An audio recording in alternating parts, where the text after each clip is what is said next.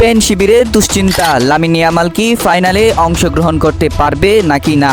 বিশ্বকাপ ফাইনালের মাত্র কয়েকদিন আগে স্পেন শিবির থেকে সামনে এসেছে এমন কিছু দৃশ্য যা দেখে অনেক সমর্থকই চিন্তায় পড়েছেন।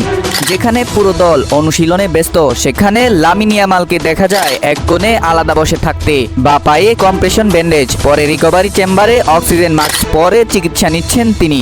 তাহলে প্রশ্ন একটাই, সবকিছু কি সত্যিই স্বাভাবিক? প্রকাশিত ভিডিও ছবিগুলোতে দেখা যায় ইয়ামাল মূল দলের সঙ্গে পুরো অনুশীলনে অংশ নেননি, বরং আলাদা রিকভারি প্রোগ্রামে ছিলেন। আধুনিক ফুটবলে এটি অনেক সময় স্বাভাবিক প্রক্রিয়া হলেও বিশ্বকাপ ফাইনালের ঠিক আগে এমন দৃশ্য স্বাভাবিকভাবেই নতুন প্রশ্ন তৈরি করে। ফ্রান্সের বিপক্ষে সেমিফাইনালের ম্যাচটি মনে আছে?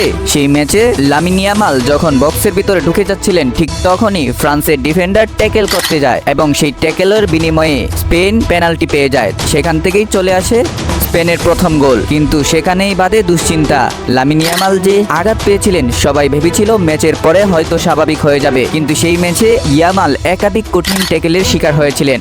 ম্যাচ শেষ হওয়ার পর বড় কোনো সমস্যা দেখা না গেলেও এখন তার একই পায়ে কম্প্রেশন ব্যান্ডেজ দেখা যাওয়ায় অনেকেই সেই ঘটনার সঙ্গে বর্তমান পরিস্থিতির মিল খুঁজছেন। স্প্যানিশ ফুটবল ফেডারেশনের দাবি, উদ্বিগ্ন হওয়ার কোনো কারণ নেই। তাদের মতে ইয়ামাল ও পেদ্রিকে শুধুমাত্র সতর্কতার অংশ হিসেবে আলাদা ট্রেনিং ও রিকভারি করানো হচ্ছে। ফাইনালের আগে শতভাগ ঠিক থাকতে পারেন। ফুটবলের বড় টুর্নামেন্টে দলগুলো প্রায়ই খেলোয়াড়দের শারীরিক অবস্থা নিয়ে খুব বেশি তথ্য প্রকাশ করে না, কারণ প্রতিপক্ষ যেন সেই তথ্যকে কৌশলগতভাবে ব্যবহার করতে না পারে। তাই অনেকের প্রশ্ন, স্পেন কি শুধুই সতর্কতা অবলম্বন করছে, নাকি পুরো পরিকল্পনার অংশ হিসেবেই সবকিছু গোপন রাখা হচ্ছে? এই মুহূর্তে নিশ্চিতভাবে বলা যায় শুধু একটাই বিষয়, ইয়ামাল রিকভারি প্রোগ্রামে রয়েছেন, আর স্পেনের পক্ষ থেকে গুরুতর কোনো চোটের কথা জানানো হয়নি।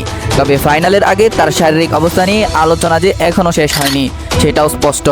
আপনার কি মনে হয়, স্পেন কি কেবল সতর্কতা অবলম্বন করছে, নাকি এর পেছনে আরও কোনো কৌশল রয়েছে?